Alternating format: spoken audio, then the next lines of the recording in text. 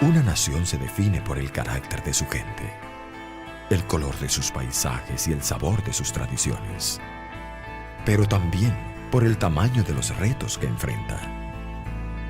Los pueblos son tan grandes como los desafíos que logra vencer. Caminamos juntos por los caminos difíciles y jamás dudamos.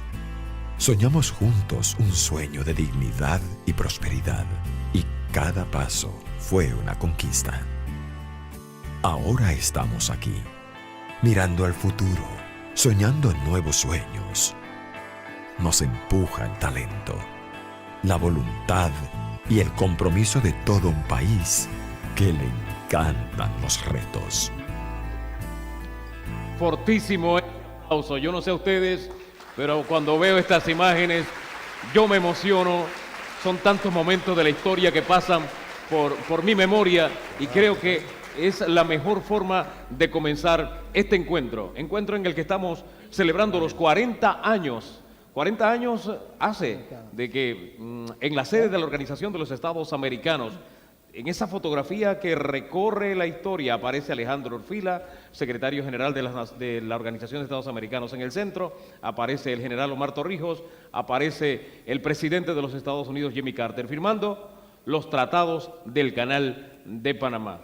El presidente de la primera potencia del mundo y el primer mandatario de un pequeño país que da pasos de gigante. Ese es nuestro Panamá. Allí cambió nuestra historia, y los convido a que demos un fortísimo aplauso porque es un día de celebración.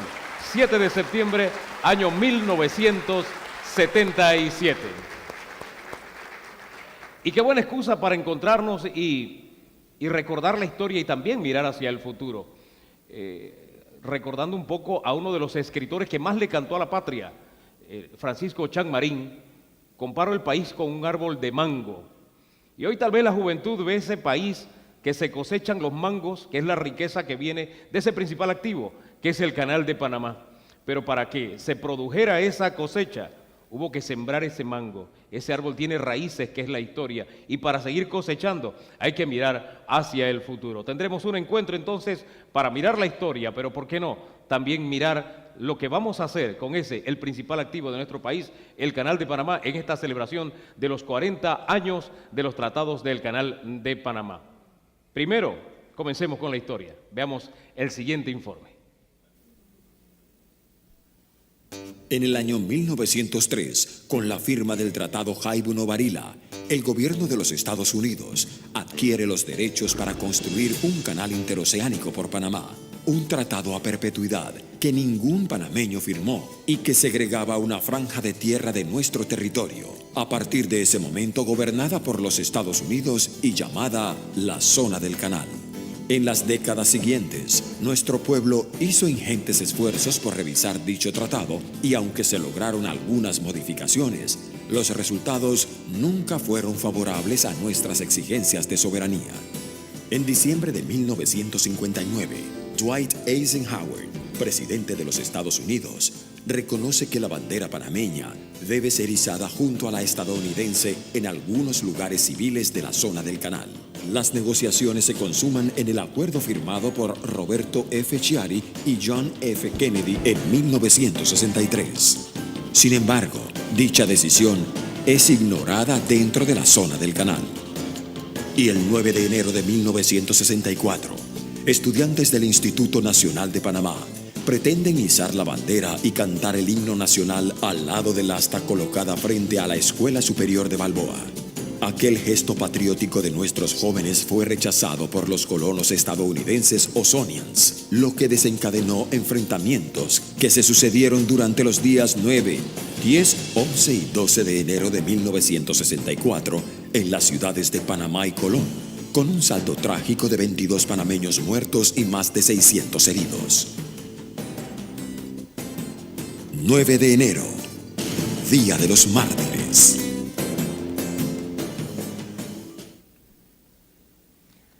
La lucha generacional, así se puede llamar este informe que acabamos de ver de imagen recordando la historia. Y nos acompañan dos protagonistas de la historia.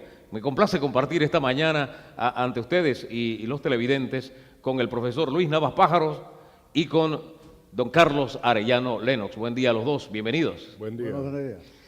Yo no sé, pero para entender mejor la historia, yo siempre le digo a mi nieta, cuando tenía la edad de tu papá pasó tal cosa, cuando yo tenía la edad de tu papá, y ella se ubica mejor en la historia. Año 1959, la siembra de banderas, aquí tenemos protagonistas de ese momento, y tal vez los jóvenes se identificarán con ustedes de inmediato. 58. 58, gracias por la corrección. 2 de mayo. 2 de mayo. ¿Por qué no hablamos de ese momento que se convirtió en un antecedente de 1964 para jugar un poquito con las fechas? Doctor Carlos Arellano Lennox. Muchísimas gracias. Muy buenos días a todos. Gracias por esta invitación. Nos referimos entonces sin antecedentes, el hecho sencillamente sobre la gestión de cómo se llevó a cabo la Operación Soberanía. Anualmente se celebraba en una ciudad del mundo, o en un país, digamos, del mundo, la reunión de universitarios para intercambiar ideas sobre la situación internacional y nacional en cada uno de los países y sus luchas. Siendo estudiante de la Universidad de Panamá, me tocó el privilegio de que me escogieran para ir a esa reunión que se celebraba en Nigeria, en la segunda ciudad de Nigeria, Ibadan. La capital es Lagos, pero la ciudad universitaria, Ibadan. Allí nos reunimos estudiantes de 300 universidades del mundo y cada uno de nosotros exponía los problemas que teníamos en nuestros respectivos países. Yo llevaba el encargo de presentar, digamos, las aspiraciones panameñas sobre el canal, sobre la zona del canal primero que nada y sobre el canal, dice, cómo se violaba nuestra soberanía. También llevaba el encargo de los estudiantes cubanos que estaban exilados con motivo de la dictadura de Fulgencio Batista en esa isla. Cuando empecé a hablar, de pronto a los 10-15 minutos, explicando y pidiendo el apoyo para Panamá sobre su soberanía violada muchas veces, alguien me interrumpió. Era un estudiante europeo, no recuerdo exactamente, hace ya bastantes años, de qué país era, y me dijo por el micrófono, mira, no pidas ayuda cuando ustedes mismos no hacen nada. Eso planteó un reto en ese momento. Demasiado, y yo sentí un golpe de dolor de patria. Claro. Y me puse a pensar que realmente nuestros gobiernos lo único que hacían era hablar y hablar y pedir y no eran precisamente escuchados. Y que los estudiantes inclusive algo se hacía, pero también algo que tuviera un impacto de tipo internacional.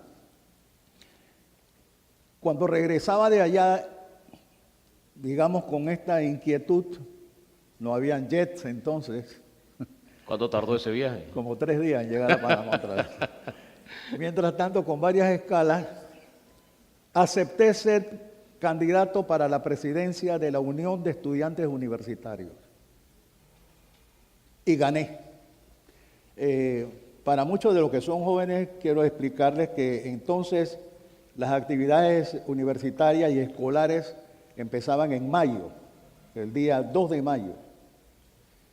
Tanto escuelas primarias como colegios y universidades. Y terminábamos, los exámenes terminábamos en enero, de manera que las vacaciones eran febrero, marzo y abril. ¿Cómo surgió la idea entonces? Ahí viene. Como gané, me puse a pensar qué era lo que íbamos a hacer. Y lo que les recomiendo muchas veces, sobre todo a los jóvenes, es que primero midan sus fuerzas y conozcan la fuerza y las debilidades del contrario. Porque así eso es uno de los éxitos cuando se va a realizar algo. Entonces se me ocurrió la idea, como presidente de la Unión de Estudiantes Universitarios, UEU, de por qué no sembrar banderas. Hagamos un alto ahí. porque ahí vino la siembra de banderas. Pero fíjese que yo hice una referencia al principio, porque la gran mayoría de los que nos acompañan aquí son jóvenes. ¿Qué edad tenía Carlos Arellano Lenox en ese momento?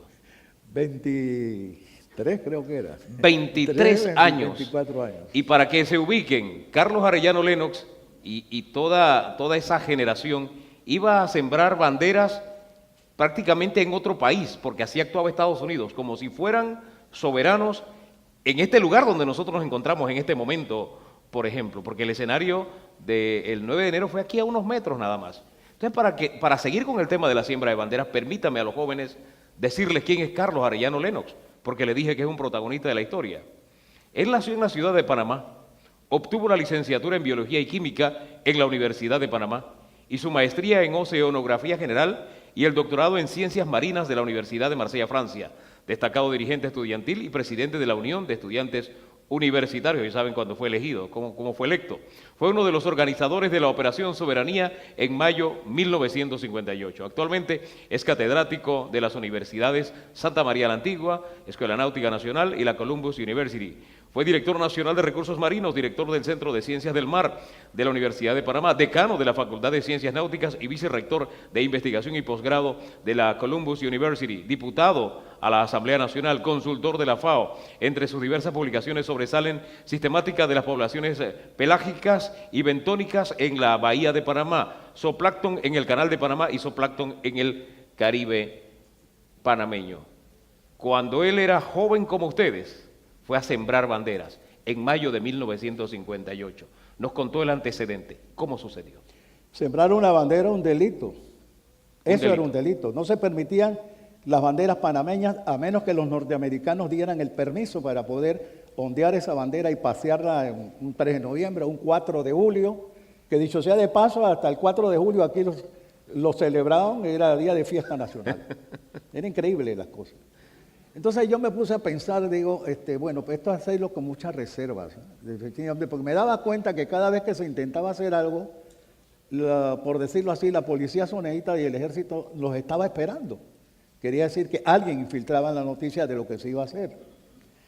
Entonces esto hay que hacerlo con la mayor reserva posible y seleccioné a 4 o 5 estudiantes de toda mi confianza de diversas facultades. ¿Quiénes eran esos estudiantes? Bueno, algunos han fallecido ya, Julio César Alcedo de Humanidades, Julio Robi de Arquitectura e Ingeniería, tenía Eduardo Miró Camel, que era también de Arquitectura y Ingeniería, tenía a Rosada Guerrero, que era de Humanidades. ¿Y le contó la idea que usted tenía? No, tenía a Clovis Alemán, que era de la Facultad de Derecho, y a estos 4 les conté más o menos mi idea. Y dijeron, de acuerdo. Entonces teníamos 3 meses para preparar esto. Digo, pero esto hay que hacerlo con mucha reserva. Y yo quiero que me prometan que ustedes ni a sus novias les van a contar ni a sus padres esta situación, porque si hay algo que los panameños nos caracteriza es que queremos tener la última para contársela a todos. Eso no ha cambiado, eso no ha cambiado. No ha cambiado, eso no ha cambiado. Ahora se hace por chat, se hace de manera que entonces, en redes sociales. Entonces, de manera que entonces esto se hizo con la mayor reserva. Por ejemplo, recomendé a Clovis Alemán, como era estudiante de Derecho, yo soy estudiante de Ciencia, ¿no? Yo soy químico, biólogo, oceanógrafo. Sí. Entonces, digo, tú que eres estudiante de Derecho, averíguate todas las leyes que implicarían cuando nosotros cometemos para los soneístas el delito de ir con nuestra bandera. Entonces él se puso a hacer las averiguaciones en estos 3 meses y me dijo, bueno, corremos el riesgo de entre 10 a 15 años en Gamboa. Nada más. 10, 15 años en Gamboa es lo que había en la cárcel del Renacer para los jóvenes. Pero hay un atenuante que yo no le quise creer. Si en la operación soberanía que tú estás planificando llevamos saco, la ley dice que nos reducen 5 años. Wow. Yo no le podía creer. Era un atenuante. Era un atenuante. Wow. Sí, ese es de la ley de Luisiana, porque en la zona del canal lo que era efectivo era la ley de la Luisiana. Los que son abogados sabrán esto mejor que yo. Bueno, efectivamente, entonces por eso digo, todos te van a tener que llevar saco. Y eso tiene una importancia que ustedes verán ahora al final cuando les narre el asunto. Bien, Comenzamos a preparar todo y ustedes seleccionen algunos de sus respectivas facultades para que vengan el día 2 de mayo aquí a acuérdense que las clases empezaban, el 2 de mayo era un viernes, de manera que el 3 era sábado, el 4 era domingo y el 5 era que se iba a comenzar las clases. Vamos a hacer un alto ahí. ¿Qué hacía Luis Navas Pájaro en ese tiempo? ¿En qué momento? En ese momento de la historia que está contando Cuando, don Carlos Arellano Lennox. Cuando un grupo de dirigentes estudiantiles universitarios siembran banderas, pues sencillamente nada. Yo nada más tenía 13 años en ese instante. 13 años. ¡Wow! No te estoy diciendo viejo, ¿no? Ahora, Tú me puedes decir más viejo, pero los dos somos viejos. Pero, aquí viene el pero. El lunes 19 de mayo, una manifestación de estudiantes del arte y oficio se presenta a la presidencia y es duramente reprimida. Muere el estudiante José Manuel Araúz y por supuesto eso es difundido inmediatamente por la radio y en Colón, yo soy de Colón, nos organizamos a protestar. Yo me inicié en la lucha política de este país lanzando piedras. como muchos. Y a partir de allí la gran sensibilidad por dos aspectos. Uno, por la justicia social y otro, por garantizarle a este país su soberanía. Resulta ser que en la ciudad de Colón había un encerramiento. En esos instantes vivíamos en las 16 calles, italianos, griegos, indios de la India, en fin, el universo del planeta. Pero éramos discriminados. Los únicos que eran seres humanos eran los sonians blancos, porque teníamos un área que se llamó Silver City, que después fue arco iris, y el único color que no aparece en el arco iris es el blanco. Y ahí estaba el área de Rainbow City, ahí comenzaba lo que era la zona del canal, que era los Estados Unidos de América, ¿no? O sea, había la isla, Colón, y para salir, ahí mismo estaba el límite, estaban los gringos. Una sola entrada, una sola sola salida. Así es. Por eso es que el 9 de enero, ellos, para aislar más aún la ciudad de Colón, sencillamente cerraron el corredor. Pero fíjese un detalle. Usted dijo que tenía 13 años en ese momento.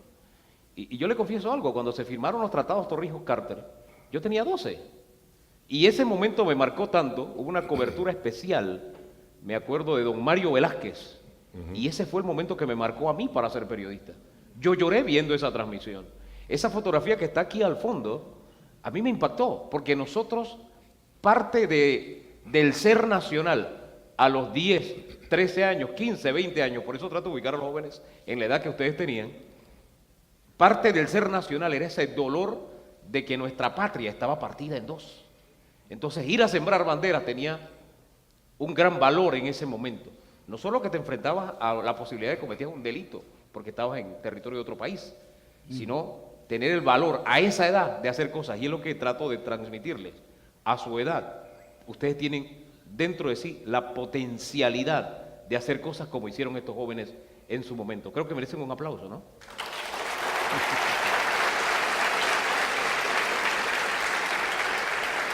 Porque ellos representan a una generación valiente. Luis Navas Pájaro es educador, político, escritor, nacido en la ciudad de Colón, como nos dijo hace unos segundos.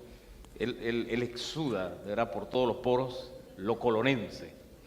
1945, egresado de la Universidad de Panamá como licenciado en Filosofía e Historia. Como dirigente estudiantil en la provincia de Colón participa en los sucesos del 9, 10, 11 y 12 de enero de 1964. Siendo secretario general de la Federación de Estudiantes de Panamá, juega un papel destacado en la oposición a los tratados Robles-Johnson y la insurrección del pueblo colonense en 1966. Fue legislador de la República y es profesor titular de la Universidad de Panamá, donde dicta la Cátedra de Relaciones de Panamá con los Estados Unidos de América desde el año 1974. Además, es el director del Instituto del Canal, autor de obras como El Movimiento Obrero de Panamá, 1980-1914, Panamá, Nación, Estado y Canal. 13 años tenía don Luis Navas Pájaro en ese momento, y usted, con el grupo de estudiantes vestidos de saco, para que nada más fueran 5 años de cárcel, se fueron a sembrar bandera un 2 de mayo. 5 años menos. Son 5 nada más. 5 años no es nada. A ver. Bueno, para continuar entonces, ya también se había, por ejemplo, estudiado cuál era el movimiento en la mañana y en la tarde de los sonaitas y del personal del canal y de la zona. Ellos tienen la costumbre de lo que se llama un coffee break.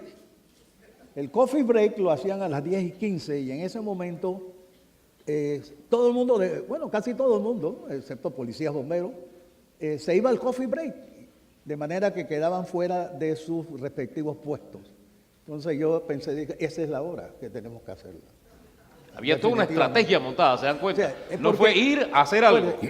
La fortaleza nuestra tenía que ser la debilidad de ellos. Sí. O sea, había que conocer sus debilidades. Y una de las debilidades era atender a las 10:15 el coffee break. Entonces ahí lo vamos a tomar. Bien, entonces ahora era la parte económica. ¿Cómo comprar banderas si no teníamos dinero? Bueno, la UEU tenía disponible una cierta cantidad de fondos, pero que tenía que tener la autorización del rector. Yo daba una nota, el presidente respectivo me daba una nota y el rector la aprobaba. Pero si le hacemos esto, el rector me va a preguntar ¿para qué? Y ya comienza a filtrarse. No es que el rector lo fuera a decir, pero yo no sé mejor. Bueno, entonces se me ocurrió, digo, como presidente, digo, y si me pudieran fiar las banderas. Caramba. ¿Y cómo hacemos las astas? Entonces se nos ocurrió lo siguiente, conseguimos a crédito, sin que sea un comercial, puedo decirlo en el servicio. Adelante. El servicio Luis nos facilitó las banderas. ¿Cuántas banderas compraron? Compramos como 80 banderas. Ajá. ¿Ya? De regular tamaño. ¿Ya? Entonces, y el señor me dijo, ¿cómo me paga usted? Le digo, bueno, yo le pagaría después, porque ya le expliqué la razón. Me creyó. Entonces, nos entregaron las banderas. Había razones patrióticas y ahora, para creer. ¿cómo hacemos las astas? Sí. Había una fábrica de maletas y escobas de un señor Valencia. ¿Dónde estaba esa fábrica? Eso estaba en la Avenida Nacional. Ajá. Entonces, me fui allá y afortunadamente el señor me reconoció porque con anterioridad yo había participado en algo sobre cuotas de seguro social, el edificio donde está hoy el Hospital del Seguro Social, esos eran terrenos de la universidad. Sí. Entonces la universidad en un canje pidió un préstamo para hacer la ciudad universitaria y yo participé, aunque ya yo no era estudiante sino representante estudiantil nada más, participé y aquello fue un poquito movido. Se conocía. Exacto, se conocía y nos hizo conocer a los públicos. Entonces el señor Valencia me identificó y me dice, sí, usted es de que habla mucho, por eso digo, bueno. Entonces, definitivamente, y también creyó y nos dio a crédito las astas. Bueno, ¿qué eran las astas? Los palos de la escoba. Ya tenían 2 dedos. Pero le dije, no necesitamos la parte que de barrer, nada más queremos el palo. Ajá. Entonces ese palo se le hizo punta, ¿verdad? Entre los 4 o 5 le hicimos punta entre varios días, teníamos 3 meses de vacaciones, de todas maneras y fuimos poniendo las banderas. Llega el gran día, ¿qué pasa? Entonces llega el gran momento, entonces la otra cuestión era congregar a todos. El día 2 de mayo, el día anterior, la universidad estaba cerrada, acuérdense, estábamos en vacaciones, fui donde el decano de la facultad, que era el profesor Bernardo Lombardo, un físico que vivía cerquita ahí de la universidad, y le pedí la llave para el día siguiente. Les tuve que explicar y... Se vio forzado, no había de otra. No, me dijo, ¿pero qué van a hacer? ¿Una reunión para qué? Si están en vacaciones. Digo, no, es que y que Dios me perdone por la mentira. Digo, es que, señor decano, es que vienen unos estudiantes norteamericanos al muelle 18 en un barco y tenemos que irlos a recibir. Entonces queremos concentrarnos ahí. Así que es raro, a mí nadie me ha dicho eso. Digo, bueno, es que todo el mundo está en vacaciones. Oye, usted tenía un gran don de convencimiento. ¿Perdón? ¿Le creyó eso? Me creyó. A también. ver. Me Ajá. entregó la llave y ya tenía una llave para el día siguiente, temprano en la mañana, poder abrir y todo. Todos estaban citados para ir a la Facultad de Ciencias del primer piso, un amplio salón donde cabían todos. Cuando estuvo, la idea de la concentración era porque teníamos que ir a recibir unos estudiantes universitarios que venían norteamericanos, que venían en barco al muelle 18. Ellos también creían eso, los que estaban acompañándole. Todos ellos, Bien. ninguno, solamente 5 sabían lo que Solo íbamos a 5. hacer. Estamos ahí, bueno, fue el momento, y hay algo tengo que decir colateralmente. ¿Cómo controlar que después de que yo les dijera todo el plan, se salieran del salón, tomaran un teléfono e informaran al respecto? Wow. Un problema serio, ¿verdad? Como le dije con anterioridad, personalmente yo había participado en algunas luchas a favor de la universidad y por obtener el dinero para poder hacer con el canje del Seguro Social. Y en una de esas manifestaciones, la policía nos correteó y yo salí corriendo y me metí en el Marañón. Había una casa en el Marañón que se llamaba la Sierra Maestra. ¿No? Ya todo eso es parte de la historia. La policía me seguía persiguiendo, dándome alto, y yo seguía corriendo. Me metí en la Sierra Maestra y una señora me escondió. Bueno, aquella protección que me dio me permitió relacionarme con los marañoneros. Y recordando entonces que ya yo podía llegar ahí con facilidad, me fui a donde ellos, gente del Marañón, y le dije, necesito 2 fuertes, medio malosos. ¿No? La idea era de que me cuidaran la puerta, porque después de que les enteraba a todos de lo que íbamos a hacer, no habían celulares entonces, pero sí habían teléfonos, podrían irse a las casas y comenzar a decir, no, yo no fui a participar porque iban a hacer una locura, etcétera. Nadie se me iba a salir del salón, a menos que fuera para ir en la acción. Oye, usted pensó en todos los detalles, don Carlos, ¿ah? Bueno, Wow. si por eso alguien dice que si yo había tenido instrucción militar, ¿no? Yo nunca digo. Pero fue un estratega, bien. Al final se da la reunión, tiene usted la seguridad de estos 2 marañoneros ahí, me los imagino, y ustedes parten. Bueno, ¿Hacia dónde parten? Partimos entonces, también venía la otra parte que también me fue fiada. Sí. Más deuda. Taxistas. Ajá. Yo creía que esa era la parte más difícil, sin embargo, un vecino mío que era de nacionalidad cubana, era el dueño de unos taxis llamados Mickey. Los taxis Mickey partían de calle Segunda, yo vivía por allá en San Felipe. Y hablé con él y le dije, eso sí, necesito 7 taxis, pero que los choferes tengan licencia de la zona del canal. Quiero decirle a los jóvenes que entonces, para poder manejar en la zona del canal, excepto por un corredor, no había puente de las Américas, para ir al ferry que cruzaba de un extremo a otro, 2 ferries, ese era el único tramo de la zona del canal en que un panameño podía transitar sin tener licencia de la zona. El resto, si te salías, tenías que tener licencia de la zona del canal y placa de la zona del canal. Wow. Todo eso laceraba nuestra soberanía, quiero que lo sepan. Bien, hasta en ese detalle pensó. Se movilizan en los 7 taxis. Exacto. ¿Cuántos eran en total entonces lo que llegaron a la operación? Bueno, llegaron como 50 más o menos, pero muchos sin saco. Ah, entonces ¿qué les dije? Los que vienen sin saco no van a poder participar. ¿Pero por qué no? Digo, yo sé por qué se los digo. Definitivamente. Claro, iba a ser lo más seguro teníamos yo estaba casi seguro y todo de que nos iban a tomar presos. Claro. Entonces. ¿A dónde llegaron? Sí, digo, por la diferencia, perdón, que el saco. Yo no podía permitir que unos nos rebajaran, nos dieran 10 años y a ellos les metieran 15 años de prisión. Yo no podía hacerlo. Digo, el que no tiene saco no puede ir. Bien, definitivamente que fue que llegamos y distribuimos los lugares.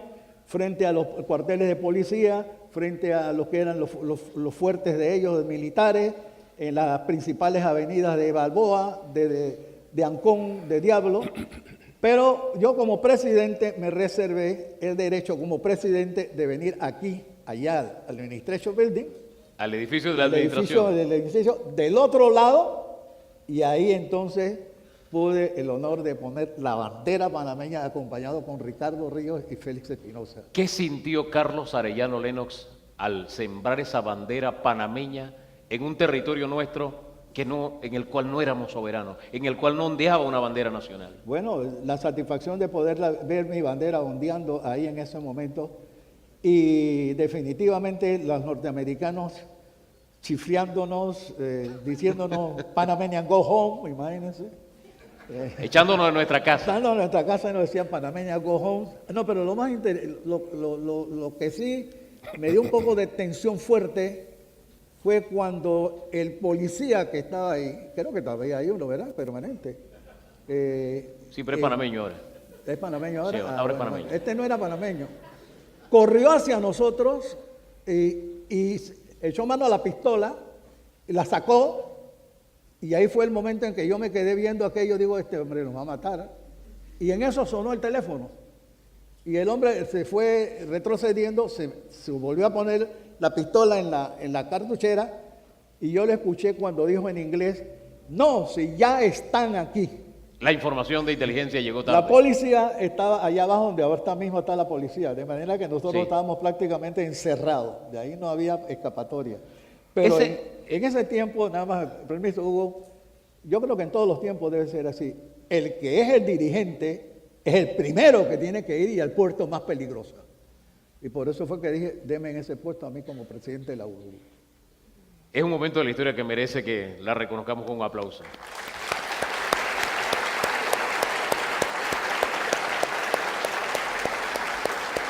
Porque se convierte en antecedente de lo que estamos celebrando hoy, los 40 años de los tratados Torrijos-Carter. Pero él vio en riesgo su vida. Fue antecedente de otro momento en el que sí perdimos vidas de panameños. Y ahí ya usted no tenía 13 años. No. Hablemos hablemos de ese momento en que usted fue protagonista de la historia también. Y que vive para contarlo. En 1958, una generación comenzó a buscar respuestas a los graves problemas sociales y, por supuesto, a los graves problemas que se originaron por el Tratado de Noviembre de 1913. Eso nos obligó a estudiar, a nutrirnos, y aquí juega un papel muy importante los educadores que se afanaron por inculcarnos el amor a la patria, el respeto, y por supuesto respetaban nuestra rebeldía. Nos obligaban a aprendernos poesía, Cerro Ancón, Incidente de Cumbia, Amiró, leernos novelas y buscar otras fuentes. Panamá, en razón de su posición geográfica, recibía influencias de muchas corrientes ideológicas, y el punto de quiebre fue la nacionalización del Canal de Suez por nacer en Egipto, y por supuesto en América Latina la Revolución Cubana de enero de 1959. El mundo estaba moviéndose hacia cambios insospechados. Caía el colonialismo, había caído en Suez, en Egipto, y bueno, Cuba ha tomado una decisión que todavía está viviendo los resultados. Entonces, hechos como la lucha inquilinaria de 1925, hechos como la lucha contra la ratificación del Tratado Filo-Hines de 1947, que parecía poca cosa. Era un tratado de bases, muchachos.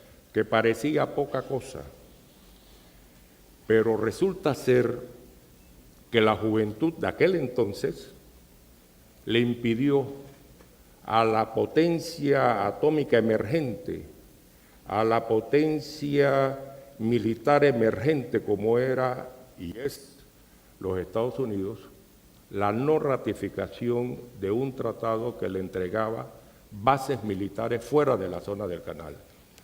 En 1942 nos vimos obligados a entregar parte de nuestro territorio para que los Estados Unidos, fuera de la zona del canal, estableciera bases militares, pero con tiempo limitado.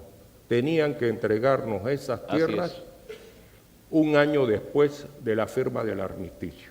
Y un año después, los Estados Unidos no quiere devolver esas tierras, entre ellas la base más importante que era Río Hato. La juventud estudiosa, vinculada al movimiento popular, en una gran alianza con el movimiento popular, echó abajo esa ratificación.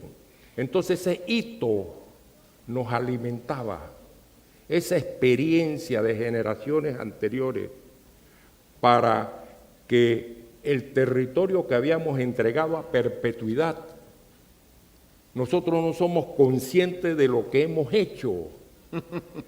El 7 de septiembre de 1977 marca un momento importante en la vida de este país. Antes de llegar al 7 de septiembre del 77, usted nos ha montado en el 42, el 47, pasamos por el 58, vino una siembra en el 59, vino el acuerdo de banderas también, que no se cumplía, porque de allí vino ese deseo de que se oficializara que nuestra bandera ondeara al lado de la bandera de los Estados Unidos. No se cumplió ese acuerdo y llegamos al año 1964. Quiero llegar a esa etapa y narrar parte de sus vivencias entonces ya en ese momento para contársela a la juventud. Antecedente de los tratados del 77. Vamos a 1964. A mí me resulta no muy fácil hablar en primera persona, porque el 9 de enero eran oleadas de panameños, héroes anónimos. Por eso es muy desagradable escuchar a personas que se quieren arrogar protagonismo. Hay quienes se disputan la subida de la bandera en el poste eléctrico. Los que estaban cruzando la cerca, etcétera, sí. Y esos que dicen ser lo que están subiendo, ninguno de ellos estaba allí. Este es Panamacondo, no se preocupe. Pero con eso hay que vivir, ¿no? Claro, eso es parte de. En el caso de Colón, por la cercanía de los límites de la ciudad con la zona del canal, era una simple avenida. Los primeros que cayeron fueron en un enfrentamiento casi personal, eran heridos de bayoneta. Bajo esa circunstancia había que buscar armas. En Panamá, en la madrugada del 9 al 10, se asaltó una armería. En Colón, el 10, intentamos asaltar una. Lastimosamente, nuestra inexperiencia en esos asuntos evitó que pudiéramos proveernos de esas armas. No se pudo graduar de asaltante usted. No, pero todo aquel que tenía un arma Sí. la usó, fundamentalmente armas de caza. Las armas cortas, en razón de su impacto a poca distancia, no servía. Y estábamos enfrentándonos, disculpe que lo interrumpa, al ejército más poderoso del mundo. Eso es cierto. Y un cazador furtivo nos prestó un fusil, pero lamentablemente era de un solo disparo. Había que estar cargando, era un lío, ¿no? Y además todos querían disparar, así que tuvimos que establecer una especie de rotación. Y en esa rotación se destacaba el más osado, el más valiente, y en ese cambio de posición, mi hermano, que era uno de los relevos, recibió un impacto de perdigones. En Colón se luchó hasta el 12 de enero. Allí caen Carlos Lara, el sargento Celestino Araúz. Villarreta, correcto, y una niña, Marisa Labarca. Así es. Y prácticamente el asedio, la imposibilidad de tener mayor capacidad de fuego nos obligó a replegarnos. Ya no aguantábamos. Era imposible mantener esa ofensiva. Cuando vino el subsecretario Thomas Mann, mandado por Johnson a hablar con el presidente Roberto Francisco Chari, él informa que habían tenido bajas en Colón. Eso explica por qué cuando Juan, mi hermano, regresa de un tratamiento en un sanatorio en la Unión Soviética, Moscú, es aprehendido por el antiguo DENI y en 48 horas de haber regresado al país, 24 horas de estar en la ciudad de Colón, lo asesinan. La explicación es que los Estados Unidos no acepta que fuerzas irregulares se le enfrenten. Los Estados Unidos no acepta que personalidades se le enfrenten.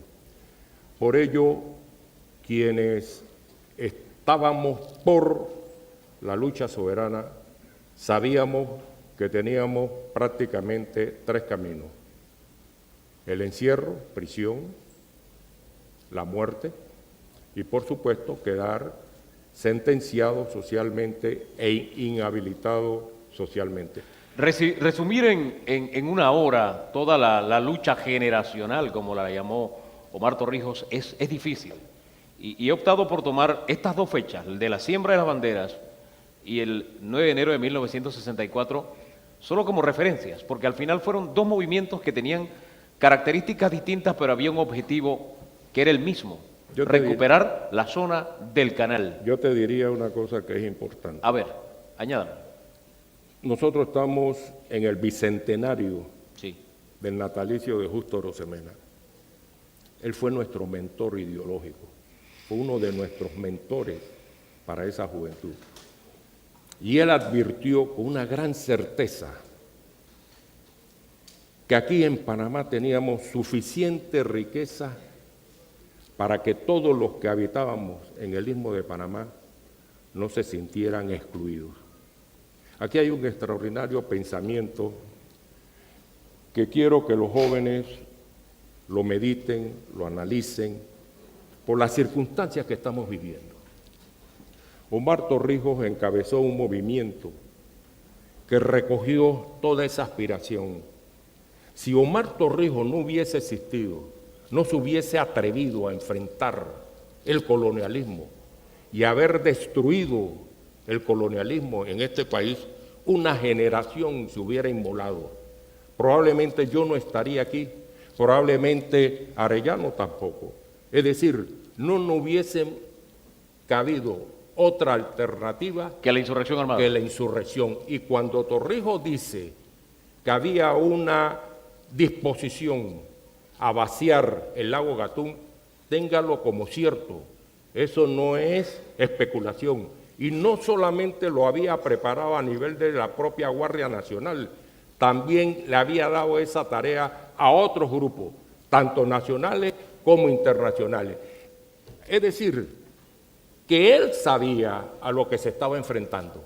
Por consiguiente, su desaparición es sospechosa desde el momento en que un gobierno conservador como el del presidente Reagan, parecido al que tenemos actualmente con el señor Trump, no podemos darnos el lujo de jugar alineándonos con guerras que no son nuestras, alineándonos con el carrerismo militarista y armamentista. Lo nuestro es un canal para la paz, lo nuestro debe ser un canal que le sirva a todos los panameños y no solamente a una parte.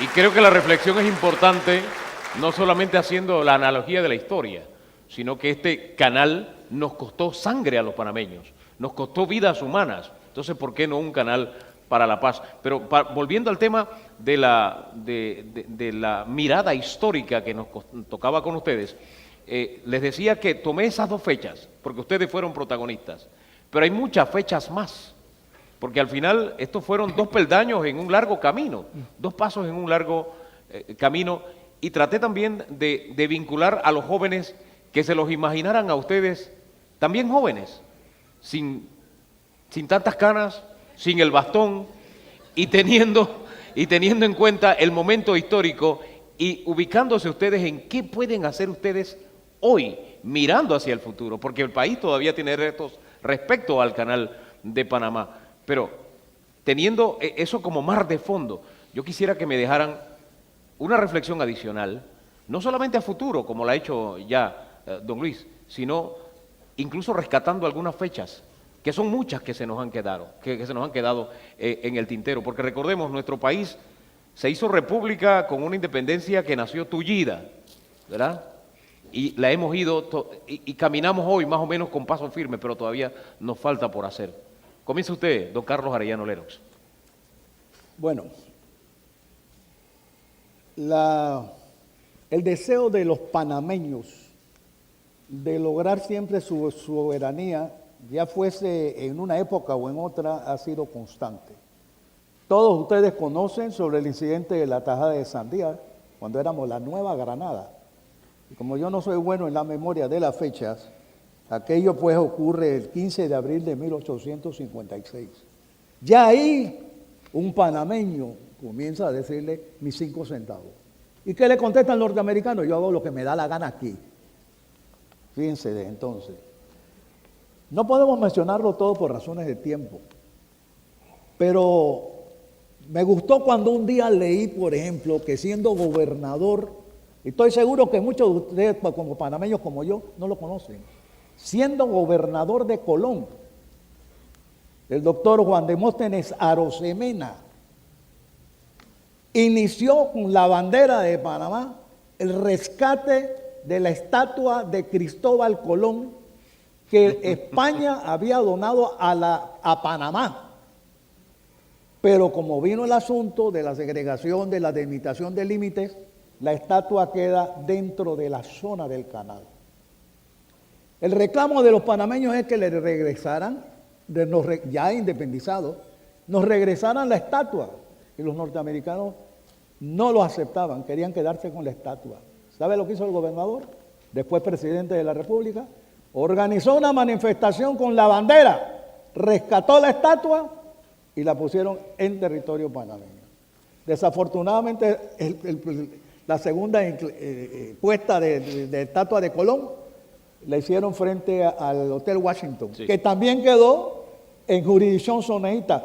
Tuvimos que volverla a sacar y es la misma que hoy día está en Colón, en la vía de Centenario entre las calles 2 y 3. ¿Verdad, colonense?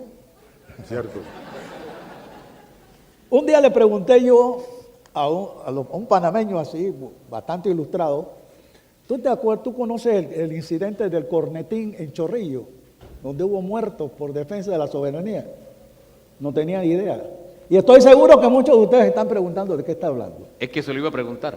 ¿Ah? ¿Cuál es el incidente del Cornetín? Un lunes de carnaval, fíjense esto, un lunes de carnaval. Lunes de carnaval. Una comparsa de varios muchachos jóvenes que caminaban alegremente por la calle cuando un grupo de norteamericanos, 2 o 3 de ellos, los muchachos eran de 14, 15 años, le arrebata a uno de ellos un cornetín. Y entonces el muchacho le está reclamando, pero el policía el norteamericano no le hace caso. Es más, empuja al niño. Pero un policía panameño que estaba viendo el asunto se irritó y le fue a decir al norteamericano, devuélvele yo no sé en qué idioma hablarían. Devuélvele, me imagino que sería por seña, y le dice, tienes que darle el cornetín. Y le quitó el cornetín al norteamericano y dárselo. Perdón, me había saltado una cuestión. El señor norteamericano le había pegado un puñetazo al niño, imagínense. Wow. Porque el niño que quería su cornetín. En esos momentos cuando el policía interviene, entonces, como eran tres, los tres le brincan al policía. Frente a esa situación, el resto de las personas que estaban viendo ahí se fueron a defender al policía. Y se formó, uno de ellos, viéndose en desventaja, se metió en todas las cantinas y dice, nos están matando, a defendernos. Y salieron también de las cantinas porque tenían día libre por ser lunes de carnaval. Aquello fue entonces un tumulto de cientos de personas en el Chorrillo. Hubo muertos, hubo heridos. Los norteamericanos enterraron a los suyos, conocieron sus nombres y nosotros no sabemos los nombres de los panameños que nos defendieron. Pero qué buen momento para rescatar ese momento de la historia. Uno de los hechos. Sí. Bueno, hay muchísimas otras Y hay cosas mucho que más. podríamos decir, cómo no, definitivamente. Y hay muchos más que se nos quedan en el tintero y les decía, el tiempo es muy corto para abarcarlos todos. Ya Navas dijo, por ejemplo, el caso, Sí. digamos, del rechazo de los de Río Hato, por ejemplo. Pero hay cosas, por ejemplo, que también, como hablaba Navas, muertes extrañas, que ¿por qué lo mataron? Por ejemplo, yo me pregunto, ¿por qué mataron al presidente Remón? Porque el presidente Remón, hay que decir una cosa, en el Tratado Remón-Eisenhower, él pidió que la bandera panameña flameara en el territorio de la zona del canal. Y como no cumplían eso, entonces comenzó a hacer ciertas acciones que no le gustaron a los norteamericanos. Y un buen día, en el hipódromo, fue asesinado. Esa es una de las asignaturas pendientes de la historia. ¿Por qué mataron a Remón? Ni millones ni limosnas era el eslogan de Remón. Cerremos con usted, don Luis Navas Pájaro. Rescate también algunos momentos y ¿por qué no? Miremos a futuro, aunque ya usted lo hizo, pero tiene toda la libertad de volver a hacerlo. En esta hora, ¿Sí? yo deseo que todos los panameños comprendamos que estamos en una gran encrucijada. Es necesario velar porque el planeta Tierra siga existiendo. Hay tambores de guerra preocupantes y la sensatez pareciera ser que se aleja por momentos. Una guerra en estos momentos va a afectar a toda la humanidad porque no va a ser una guerra convencional. Y para nosotros, que tenemos un canal que es el nervio vital de la economía panameña, debemos insistir en desarrollar una política exterior coherente. Los tratados de 1977 se lograron en función de esa política exterior coherente, inteligente y audaz. Y a lo interno también debemos solicitar que elaboremos entre todos, contribuyamos entre todos, que todas las mentes, todas las manos, todos los sueños nos permitan elaborar un proyecto de país. Nosotros no somos Suiza, nosotros no somos Finlandia, nosotros somos Panamá. Ya desde los tiempos de Justo Arosemena, uno de sus grandes méritos fue especificar la característica de nuestro país.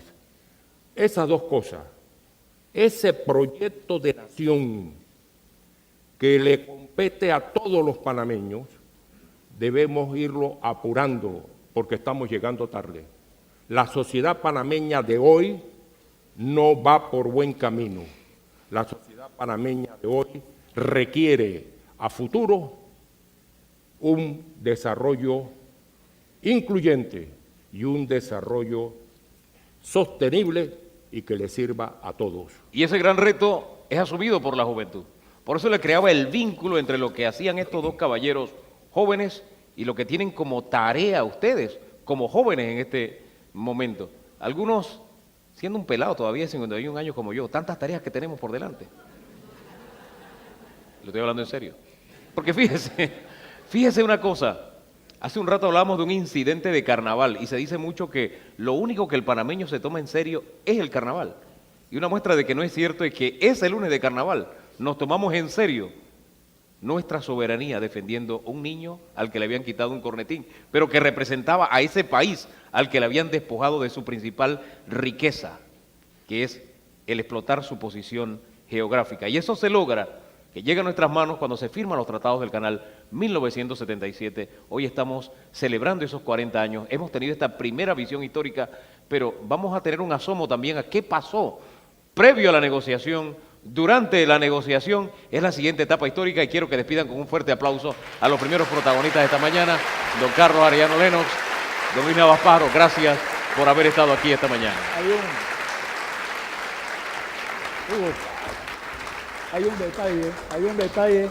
Hay un detalle que yo quiero decirle aquí a los panameños que yo estoy seguro que no saben. Y es una satisfacción que yo sentí en días pasados. Sí. Y va a ser un poquito personal. Pero ustedes saben que todo barco que pase por el canal ahora lleva la bandera panameña. Pero el primer barco que pasó a Ancón, a pesar de que estaba el presidente Belisario Porras, no llevaba bandera panameña. Y voy a decir algo con perdón de quien le corresponde, porque lo supe. Cuando se iba a abrir la esclusa, no había en el ensanche bandera panameña. Estaban las banderas de las compañías que hicieron el ensanche del canal. Pero llegó nuestro administrador, que hoy día está aquí y es panameño, y se dio cuenta, afortunadamente, casi a la última hora, mandó quitar todas esas banderas y ponerlas panameñas. Gracias, Quijano.